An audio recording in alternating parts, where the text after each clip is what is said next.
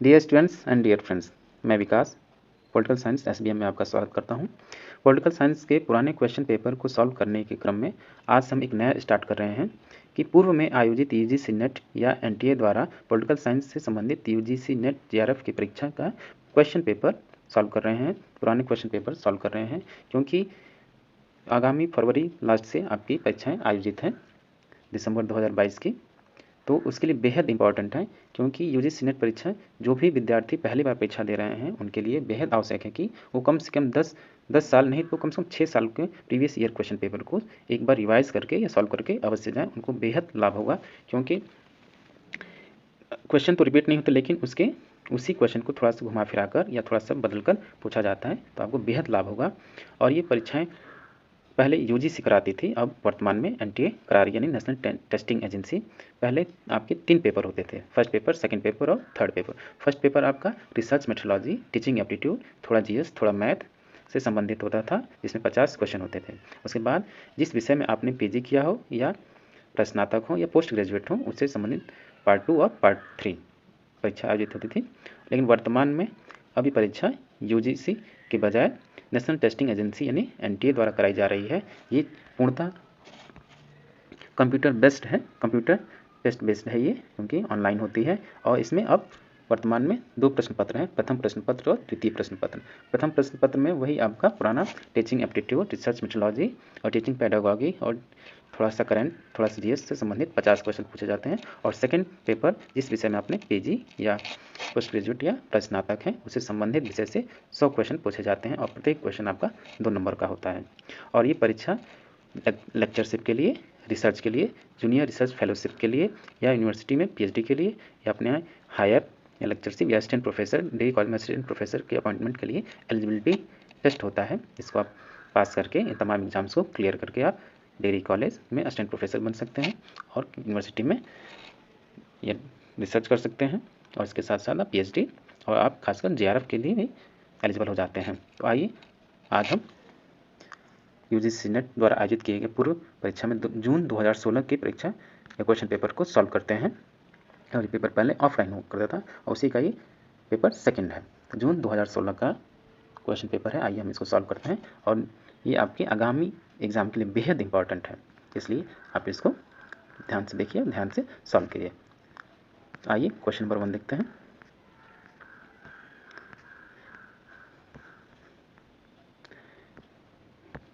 Question number 1 है, प्लेटो के अनुसार निम्नलिखित में से कौन से कथन सही नहीं है? ए, विचार तत्व होते हैं। बी, विचार सभी चीज़ों के सार होते हैं। विचार चीज़ों के प्रतिबिंब होते हैं। विचार सार्वभौमिक होते हैं। ऑप्शन देखिए, पहला ऑप्शन है ए और बी और डी, केवल बी या केवल सी। तो इसका आंसर होगा ऑप्शन डी, केवल सी। प्लेटो के अनुसार आपका विचार तत्व होता है, ये कथन सही है। विचार सभी चीज़ों के सार होते हैं, ये कथन भी सही है। और विचार सार्वभौमिक होते हैं, ये कथन सही है। परंतु आपका विचार चीज़ों के प्रतिबिंब होते हैं, ये गलत है। इसलिए इसका आंसर ऑप्शन डी, केवल सी सही होगा। नेक्स्ट क्वेश्चन है क्वेश्चन नंबर 2। मैकियावेली के प्रिंस को निम्नलिखित में से किसने महान और एक वास्तविक राजनीतिक प्रतिभाशाली व्यक्ति की सच्ची धारणा की संज्ञा दी थी, जिसका सर्वोच्च एवं महान उद्देश्य होता है? Option 1 Bentham, 2 J S. Mill, 3 Hegel, D Karl Marx. तो इसका आंसर होगा ऑप्शन 3 हीगल। नेक्स्ट क्वेश्चन है क्वेश्चन नंबर 3। इसको मैच करना है, एक तरफ राइटर है और उनके द्वारा लिखित पुस्तकें हैं, उनको मैच करना है। कि the philosophy and human sciences, Skinner की पुस्तक का नाम है the foundation of modern political thought, यानी ए का दूसरा। और माइकल सैंडल की पुस्तक का नाम है liberalism and limits of justice, यानी बी का तीसरा। और जियोनी साटोरी की पुस्तक का नाम है डेमोक्रेटिक थियरी, यानी सी का चौथा। चार्ल्स टेलर ने लिखा है फिलॉसफी एंड ह्यूमन साइंसेज, यानी इस हिसाब से आपका ऑप्शन 1 सही होगा, यानी ए का दूसरा, बी का तीसरा, सी का चौथा और डी का पहला। नेक्स्ट क्वेश्चन है क्वेश्चन नंबर 4। निम्नलिखित में से कौन मार्क्सवाद को राजनीतिक सिद्धांत के बजाय एक विचारधारा मानता है? Germino, David Held, R A Dahl यानी रॉबर्ट ए डहल या जी एच सेबाइन। तो दांते जर्मिनो मार्क्सवाद को राजनीतिक सिद्धांत के बजाय एक विचारधारा मानता है, यानी ऑप्शन 1 सही होगा, जर्मिनो। क्वेश्चन नंबर 5 है, इज़ा बर्लिन की निम्नलिखित कृतियों को उनके प्रकाशन के कालक्रमिक क्रम में व्यवस्थित करें। Book concept and categories philosophical essays, ये 1900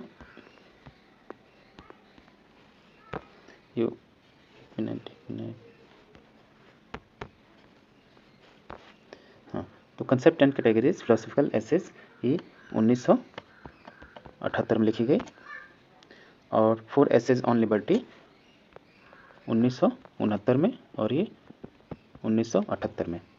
Vicco and Herder 2 studies in the history of ideas, ये 1977 में लिखी गई, और Karl Marx his life and environment, ये 1939 में लिखी गई। तो सबसे पहले ऑप्शन डी आना चाहिए, यानी ऑप्शन 3 सही होगा। नेक्स्ट क्वेश्चन है क्वेश्चन नंबर 6, निम्नलिखित में से किसने समाज के पारस्परिक लाभ के लिए एक सहयोगात्मक चेष्टा यानी वेंचर की संकल्पना की थी? Rawls, Robert Nozick, F A. Hayek या एंटोनियो ग्राम्सी? तो इसका आंसर होगा जॉन रॉल्स। नेक्स्ट क्वेश्चन है, ये कथन और कारण है कि कथन ए है कि रूसो के अनुसार एक चिंतनशील व्यक्ति दुराचारी पशु होता है, ये कथन आपका सही है। समान भावनाएं जीवन को मूल्य देती हैं, तो इसका आंसर होगा ए और दोनों सही हैं, क्योंकि आर ए की सही व्याख्या करता है, ऑप्शन ए सही होगा। क्वेश्चन नंबर 8 है, निम्नलिखित में से किसने इस विचार को अस्वीकार किया कि जाति की स्थिति दैवी प्रतिफल या दंड का परिणाम था? बिपिन चंद्रपाल, मोहम्मद अली जिन्ना, जवाहरलाल नेहरू या मोहन करमचंद गांधी, यानी एम के गांधी या गांधी जी? तो इसका आंसर ऑप्शन बी यानी ऑप्शन 4 एम के गांधी होगा। क्वेश्चन नंबर 9, निम्नलिखित में से किसने कहा था कि सिद्धांत के बिना शोध का शिक्षण तुच्छ साबित हो सकता है और आंकड़ों के समर्थन के बिना सिद्धांत निरर्थक साबित हो सकता है? B Crick, Charles Merriam, David Easton या रॉबर्ट ए बेहल? तो ये कथन आपका डेविड ईस्टन का है, यानी ऑप्शन 3 सही होगा। ये फिर से कथन और कारण है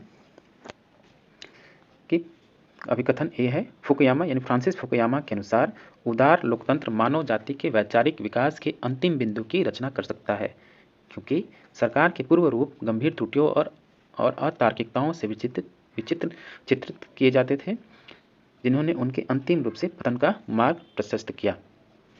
तो कथन और तर्क यानी ए और आर दोनों सही हैं, और आर ए की सही व्याख्या यानी ऑप्शन 1 सही है। नेक्स्ट क्वेश्चन है, राजनीतिक अभिजन वर्ग में निम्नलिखित में से कौन होते हैं?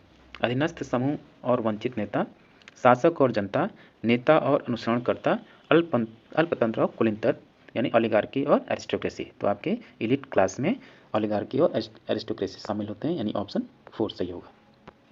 नेक्स्ट क्वेश्चन है क्वेश्चन नंबर 12, तुलनात्मक राजनीति के विकास के प्रारंभिक चरणों में निम्नलिखित में से कौन संबंध है? Karl Popper, Arthur Bentley, E.H. Carr या ग्राहम वेलेस? तो तुलनात्मक राजनीति के विकास के प्रारंभिक चरणों में आपका आर्थर ए बेंटली संबंधित है, यानी ऑप्शन 2 सही होगा।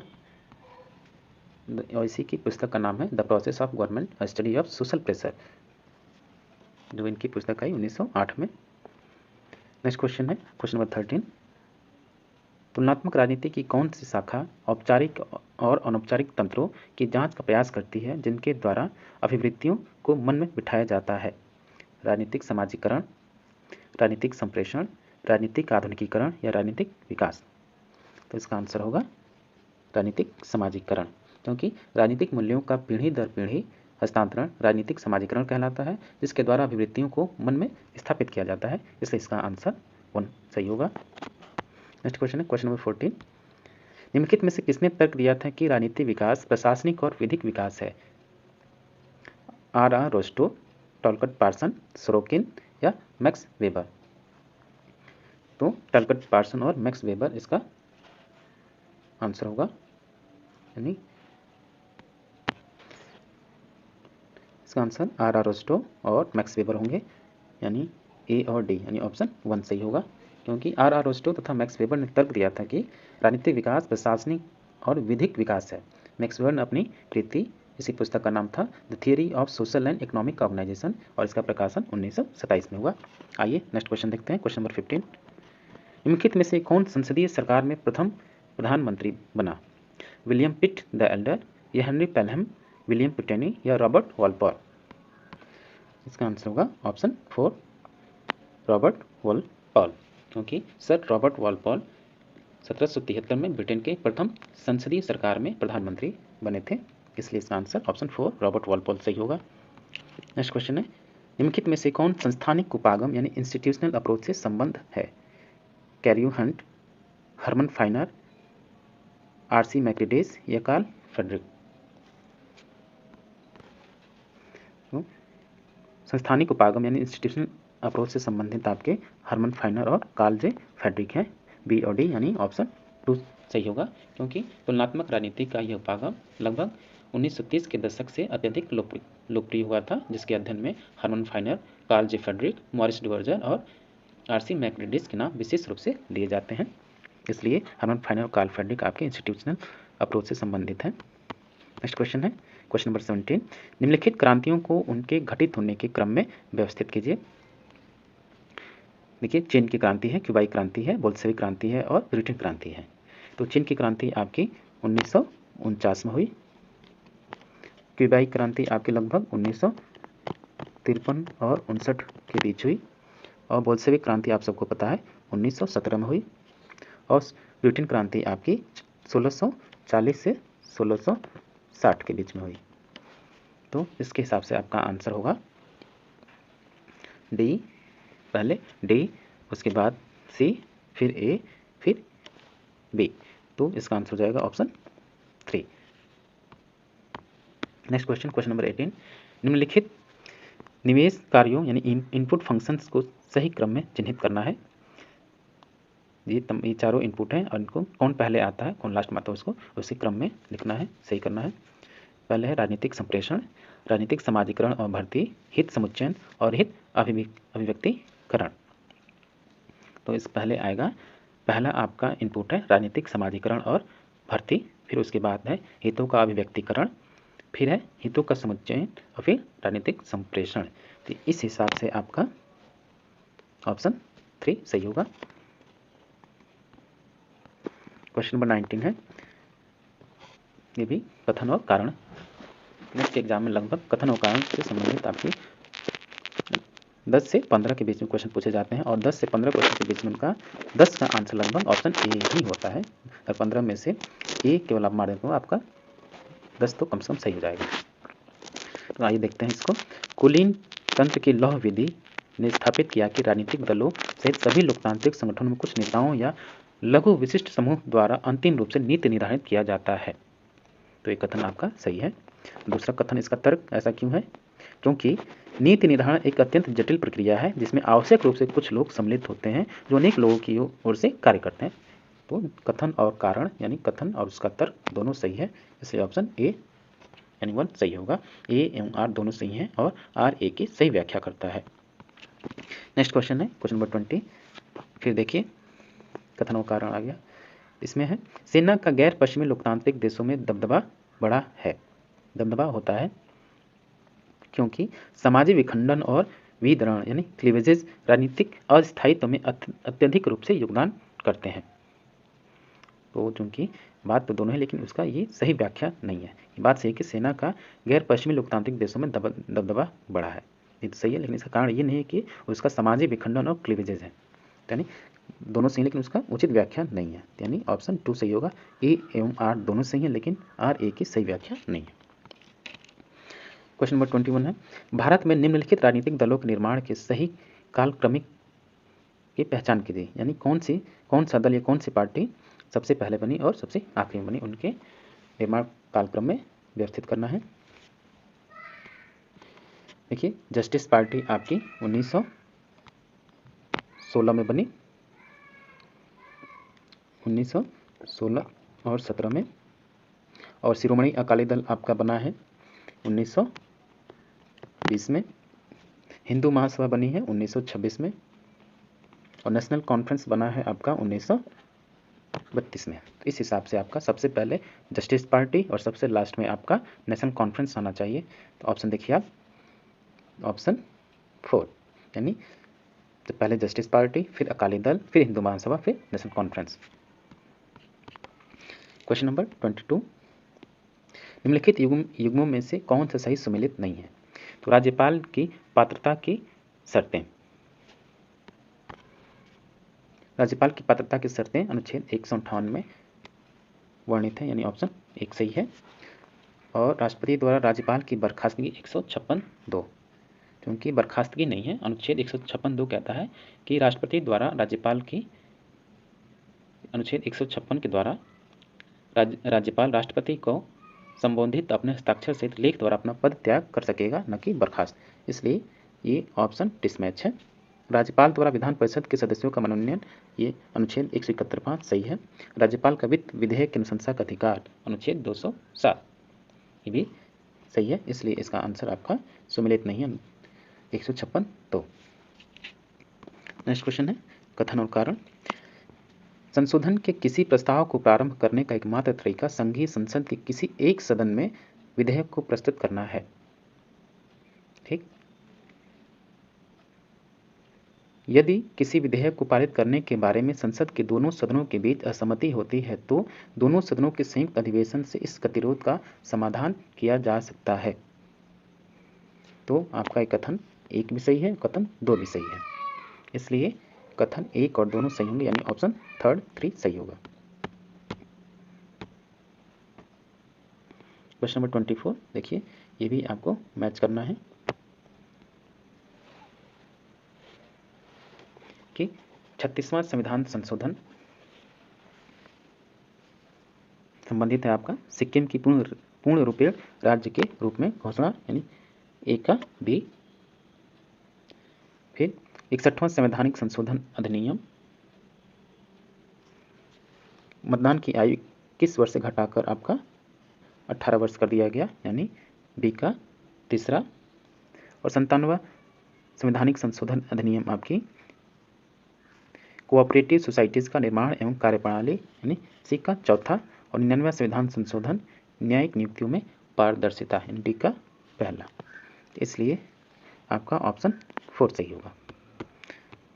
नेक्स्ट क्वेश्चन है क्वेश्चन नंबर 25, इसमें भी मैच करना है। किसने, कौन से थिंकर ने उसी कौन से उदाहरण दी? ग्रेनविल ऑस्टिन है एक तरफ, केसीवियर है, एप्पलबी है, और आइवर जेनिंग्स है। तो ग्रेनविल ऑस्टिन आपका सहयोगात्मक संघवाद की बात करता है, यानी कोऑपरेटिव फेडरलिज्म की बात करता है, यानी पहले का तीसरा। केसीवियर अर्ध संघ सेमी फेडरलिज्म की बात करता है। और एप्पलबी आपके केंद्रीकरण की बात करता है, यानी सी का दूसरा। और आइवर जेनिंग अत्यंत संघी की बात करते हैं। इसलिए इसका आंसर होगा ए का तीसरा, यानी बी का पहला। ठीक, तो आपका ऑप्शन 3 सही होगा। क्वेश्चन नंबर 26, इसमें भी मैच करना है। ऐसे क्वेश्चन आपसे पूछे जाते हैं ताकि आपका कंसेप्ट क्लियर है कि नहीं और डीप स्टडी है कि नहीं, क्योंकि यूजीसी नेट का एग्जाम देने का मतलब डीप स्टडी और आपका कंसेप्ट क्लियर होना चाहिए। इस वजह से ऐसे क्वेश्चन आपसे पूछा जाता है। एक क्वेश्चन में कई चीज़ों को आपसे पूछ लिया जाता है। आइए, भारत सरकार अधिनियम 1858 के तहत इसकी व्यवस्था की गई थी कि भारत के राज्य सचिव का पूर्ण रूप से शाही नियंत्रण हो, यानी ए का दूसरा। बी, भारत परिषद अधिनियम 1861 के माध्यम से पहली बार गवर्नर जनरल की कर्मचारी परिषद में गैर सरकारी सदस्यों को नियुक्ति शामिल था, यानी बी का तीसरा। भारत परिषद अधिनियम 1909, इसके माध्यम से मुस्लिम समुदाय का अलग प्रतिनिधित्व दिया गया, यानी यहीं से पृथक निर्वाचन प्रणाली प्रारंभ हुई और सांप्रदायिकता का बीज बोया गया। और भारत सरकार अधिनियम 1919 के द्वारा पहली बार प्रांतों में द्विसदनीय या बाइकैमरल या द्विसदनीय विधायिका का निर्माण किया गया, यानी द्विसदनीय विधानमंडल को अपनाया गया। इस हिसाब से आपका आंसर होगा ए का दूसरा, बी का तीसरा, सी का चौथा और डी का पहला, यानी ऑप्शन 1। नेक्स्ट क्वेश्चन है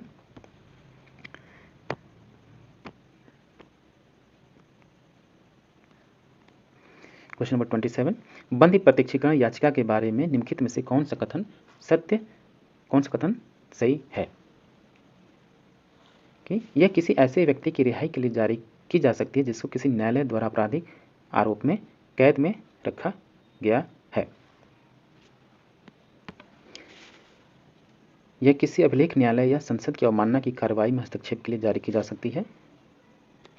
ये भी ठीक नहीं, डाउटफुल है, ये भी डाउटफुल है।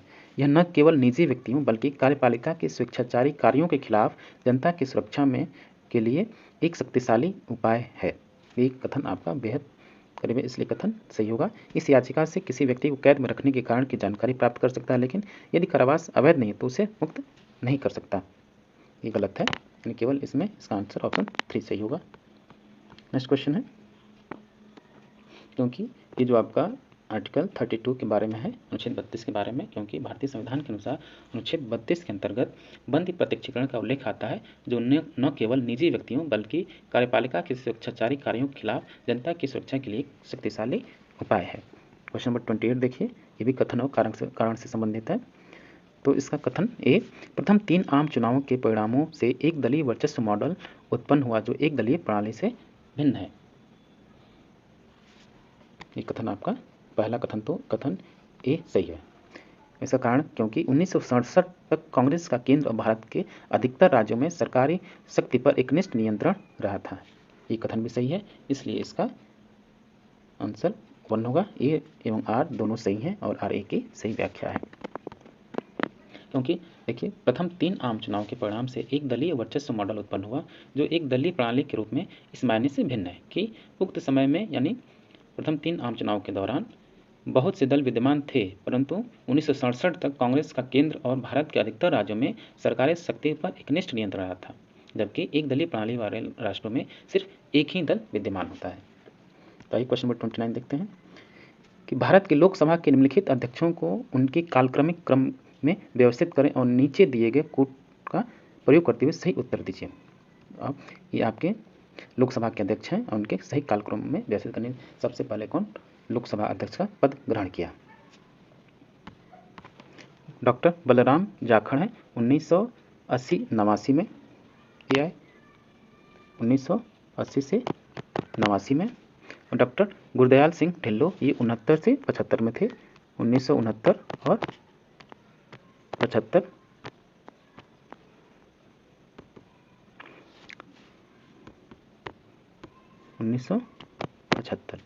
और नीलम संजीव रेड्डी आपके 1967 और 69 में थे, 1967 और 1969। बलराम भगत आपके 1976-77 में हुए, 1976 और 77। तो क्रम से करना है। तो सबसे पहले आपके आएंगे नीलम संजीव रेड्डी, यानी ऑप्शन 3 पहले आएगा। फिर उसके बाद आपके आएंगे 1969 के बाद गुरदयाल सिंह ढिल्लो 3-2, फिर 1976-77 से बलराम भगत 4, फिर बलराम जाखड़ लास्ट में। इस हिसाब से आपका आंसर होगा ऑप्शन 3। ऐसे क्वेश्चंस बेहद इंपॉर्टेंट होते हैं। कभी पूछ देगा कि 4 राष्ट्रपतियों के नाम दे देगा, उनको उनके कार्यकाल के अनुसार व्यवस्थित करना होगा। फिर इसी उपराष्ट्रपतियों का भी कार्यकाल दे सकता है, प्रधानमंत्री का दे सकता है, उप प्रधानमंत्री का दे सकता है, और लोकसभा के कभी कभी तो ये भी पूछा है लोकसभा के उपाध्यक्षों को भी कालक्रम में। कभी प्रश्न ये भी पूछ दिया है कि कौन से राष्ट्रपति ऐसे हुए जो कभी लोकसभा अध्यक्ष पे भी थे। कभी ऐसे ही पूछ देगा कि उपराष्ट्रपतियों को भी आप क्रम से लगाइए। ये भी पूछ देगा कौन से उपराष्ट्रपति लोकसभा अध्यक्ष थे। तो इन प्रश्नों पे आपको बेहद एक अलग से चार्ट बना लेना चाहिए या उनको अलग से नोट कर लेना चाहिए, क्योंकि ऐसे क्वेश्चंस आपको कंफ्यूज करने के लिए या आपसे गलत करवाने के लिए पूछे जाते हैं। क्वेश्चन नंबर 30, निम्नलिखित उच्च न्यायालयों में से किसकी पीठें या पीठें नहीं हैं? या पीठें हैं, सॉरी पीठें हैं, किसकी बेंचेज हैं? तो इसमें इलाहाबाद, बम्बई और जबलपुर की बेंचेज हैं, यानी ऑप्शन 1 सही होगा। पीटर सेल्फी के अनुसार लोक प्रशासन के अध्ययन को निम्नलिखित में से किसकी शाखा के रूप में विकसित किया गया था? तो पीटर सेल्फ के अनुसार लोक प्रशासन को राजनीतिक विज्ञान और लोक विधि की शाखा के रूप में विकसित किया गया था, यानी ऑप्शन 1 सही होगा। नेक्स्ट क्वेश्चन है क्वेश्चन नंबर 32, संगठन के पारंपरिक या मैकेनिस्टिक यानी यांत्रिक सिद्धांत के मूलभूत विचारों का निम्नलिखित में से कौन सा एक भाग नहीं है? तो यह मानव संबंध के बारे में एक प्रशासनिक दृष्टिकोण अपनाता है। यह कथन भी आपका सही है। यह आर्थिक प्रोत्साहकों को एकमात्र प्रेरक कारक मानता है। ये कथन भी सही है। यह संगठनात्मक व्यवहार की बारीकियों की उपेक्षा करता है। ये भी बात सही है। यह अनौपचारिक संबंधों को अधिक महत्व देता है। ये ऑप्शन आपका गलत है, इसलिए इसका आंसर ऑप्शन 4 सही होगा। क्वेश्चन नंबर 33, OECD ने आर्थिक सहायता की प्राप्ति के लिए शर्तों को निर्धारित करते हुए शासन के किन भागों की पहचान की थी?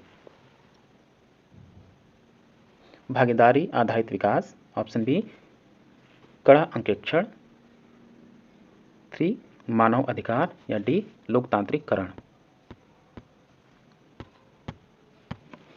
OECD यानी organisation for economic cooperation and development, और इसका स्थापना 1961 में हुआ। चूँकि भारत इसका सदस्य नहीं है तो इसका किन भागों को पहचान नहीं की थी? पहचान न करने वालों में कड़ा अंकेक्षण था। गौर कीजिएगा, OECD का full form organisation for economic cooperation and development, और इसकी स्थापना 1961 में हुई और इसका भारत सदस्य नहीं है। क्वेश्चन नंबर 34, साइबरनेटिक्स का तात्पर्य है संप्रेषण का विज्ञान, संप्रेषण पद्धतियाँ, कृत्रिम बुद्धिमत्ता, या आर्टिफिशियल इंटेलिजेंस, या नियंत्रण और संप्रेषण का विज्ञान। तो साइबरनेटिक्स का मतलब अर्थ है संप्रेषण का विज्ञान, यानी ऑप्शन ए। क्वेश्चन नंबर 35, निम्नलिखित में से किस विचारक ने संगठनात्मक लक्ष्यों की प्राप्ति के लिए एक मूलभूत पूर्व आवश्यकता के रूप में प्रभावोत्पादक संप्रेषण की हिमायत की थी? Herbert Simon, Peter self, Chester Barnard, या वुड्रो विल्सन। आंसर होगा चेस्टर बर्नार्ड, यानी ऑप्शन 3। क्योंकि चेस्टर बर्नार्ड ने अपनी पुस्तक the function of the executive, और इसका प्रकाशन आपका 1938 में हुआ था, इसी में उसने संगठनात्मक लक्ष्यों की प्राप्ति के लिए एक मूलभूत पूर्व आवश्यकता के रूप में प्रभावोत्पादक संप्रेषण की हिमायत की थी। नेक्स्ट क्वेश्चन है क्वेश्चन नंबर 36, लोक और निजी प्रशासन के बीच भेद के बारे में एक अतिवादी दृष्टिकोण अपनाते हुए किसने कहा था कि सभी संगठन लोक और निजी विशेषताओं को साझा करते हैं? Dwight Waldo, E.S. सावास, बैरी बॉजमैन, जेम्स डब्ल्यू फेस्लर। तो बैरी बॉजमैन ने यह कथन दिया। नेक्स्ट क्वेश्चन है क्वेश्चन नंबर 37, नीचे दो कथन है जिनमें से एक को, ये आपको कथन और कारण से संबंधित है। अभी कथन ए, कुछ विभाग न केवल विशुद्ध प्रशासनिक कार्य से संबंधित होते हैं लेकिन विधानमंडल द्वारा उन्हें नियम एवं विनियम बनाने के कुछ अधिकार भी प्रदत्त किए जाते हैं। तर्क, जॉन एम पिफनर कुछ परिस्थितियों के अंतर्गत विभाग के एकल मुखिया को वरीयता देते हैं।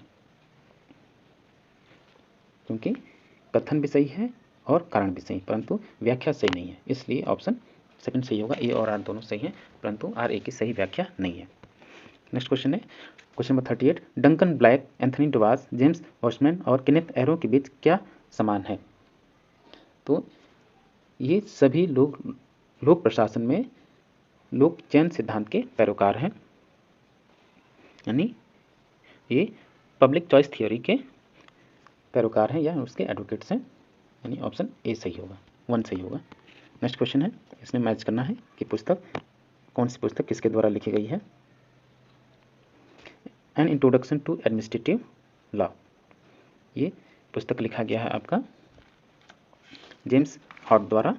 जस्टिस एंड एडमिनिस्ट्रेटिव लॉ, ये W.A. रॉबसन के द्वारा लिखा गया। Comparative administrative law, Frank J Goodnow ने लिखा।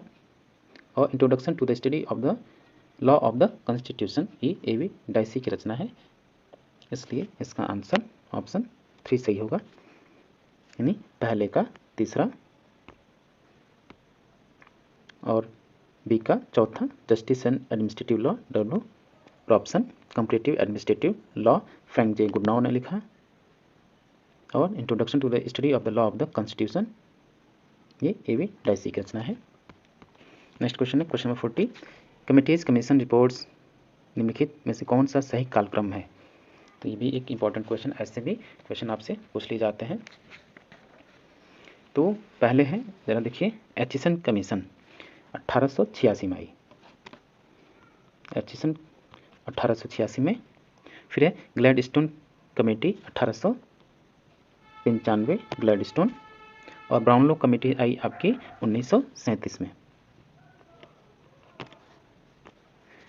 फिर मास्टरमैन कमेटी है आपकी 1948।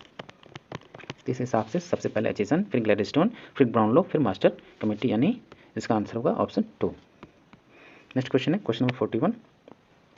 निम्नलिखित में से किसने घोषणा की थी कि राज्य वैश्वीकरण की उच्च शक्ति के समक्ष पीछे हट रहा है? मैकलिन एवं मैकमिलन ने, जॉर्ज श्वार्ज़ेनबर्गर ने, केनेथ वॉल्ज ने या सुजन स्टेंज ने? तो ये कथन आपका सुजन स्टेंज का है। नेक्स्ट क्वेश्चन है क्वेश्चन नंबर 42।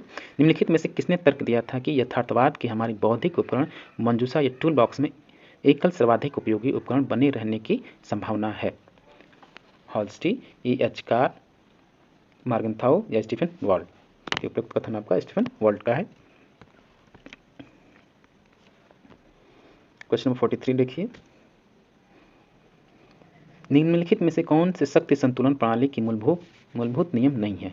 जो उन स्टेट एक्टर्स में से प्रत्येक को स्पष्ट है जो संतुलित करने की प्रक्रिया में संलिप्त हैं। तो इसका आंसर होगा आपका ऑप्शन 4, अन्य राज्यों की संभाव्य शत्रु के रूप में देखा जाता है, यानी ऑप्शन 4 सही होगा। नेक्स्ट क्वेश्चन है, ये भी मैच करना है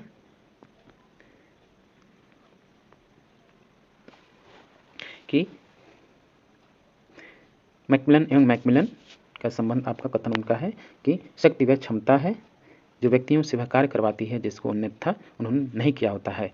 मार्गनथाउ ने कहा अन्य व्यक्तियों के मस्तिष्कों और कार्यों पर व्यक्ति के नियंत्रण को शक्ति के रूप में परिभाषित किया है इन्होंने, मार्गनथाउ साहब ने।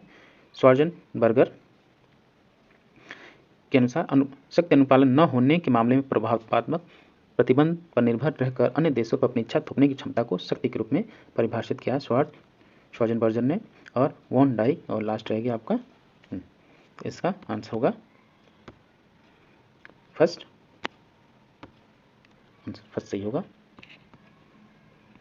Question number 45। संयुक्त राष्ट्र के चार्टर के अनुच्छेद 25 के अनुसार क्या कहा गया है? तो चार्टर के अनुच्छेद 25 के अनुसार संयुक्त राष्ट्र के सभी सदस्य सुरक्षा परिषद के निर्णयों को अंगीकार करने और उन्हें लागू करने पर सहमत होते हैं, यानी ऑप्शन 3। ये चार्टर के अनुच्छेद 25 के अनुसार और ये चैप्टर 5 यानी अध्याय 5 में और 25 में इसकी व्याख्या की गई है। Next question 46। भारतीय कानून में पूर्ण रूपेण या आंशिक रूप से निम्नलिखित में से किसको शामिल नहीं किया गया है?